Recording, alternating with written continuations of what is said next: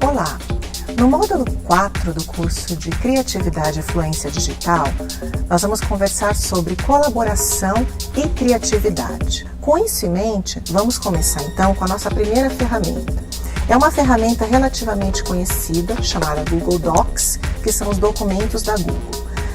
O documento da Google nos permite uma colaboração em termos acadêmicos ou de trabalho, relatórios. A segunda ferramenta que nós vamos estudar é o Google Keep, que tem um princípio parecido, porém ela é muito tranquila para ser utilizada no celular, que é uma ferramenta de trabalho fundamental. As duas ferramentas, elas podem ser baixadas gratuitamente nos sistemas operacionais. Então, a primeira coisa que você vai fazer, verifica se você tem o Google Docs e o Google Keep no seu celular. Quando a gente pensa em Google Docs, documentos Google, naturalmente as pessoas já associam que é um arquivo que nem o Word. E realmente é um arquivo de texto. Porém, na funcionalidade de celular, como aplicativo, que é gratuito em qualquer sistema operacional, você pode maximizar a sua produtividade de tempo. Vou te dar um exemplo. Eu tenho aqui um arquivo de texto que eu preciso revisar. Tá? Isso poderia ser um relatório, por exemplo, um trabalho escolar. Eu opto, então, por adicionar um comentário. O que é legal é que a gente não precisa se prender a ter que digitar. Eu posso fazer esse comentário por voz. Vou dar um exemplo para vocês.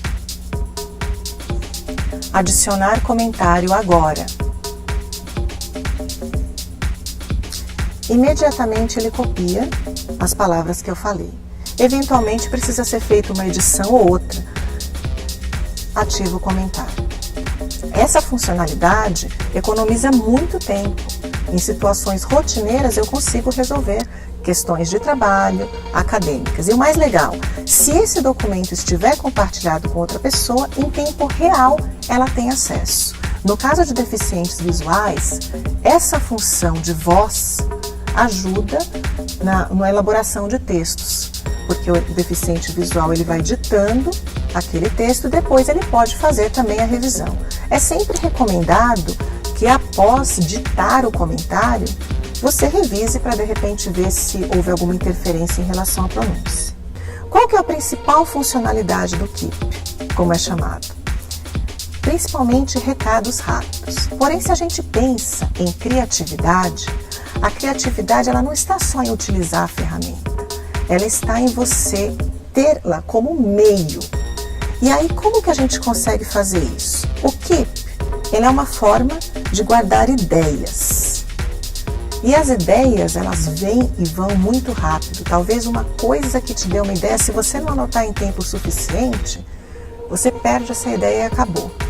O que eu sugiro então? Primeiro vamos entender alguns pontos principais de trabalhar com o Keep e depois como a gente pode aliar isso com a questão de criatividade. Bem, funcionalidades. A gente cria uma nota rapidamente no celular. Você pode pôr título ou não e fazer as suas anotações. Até aí tudo bem, não se diferencia muito.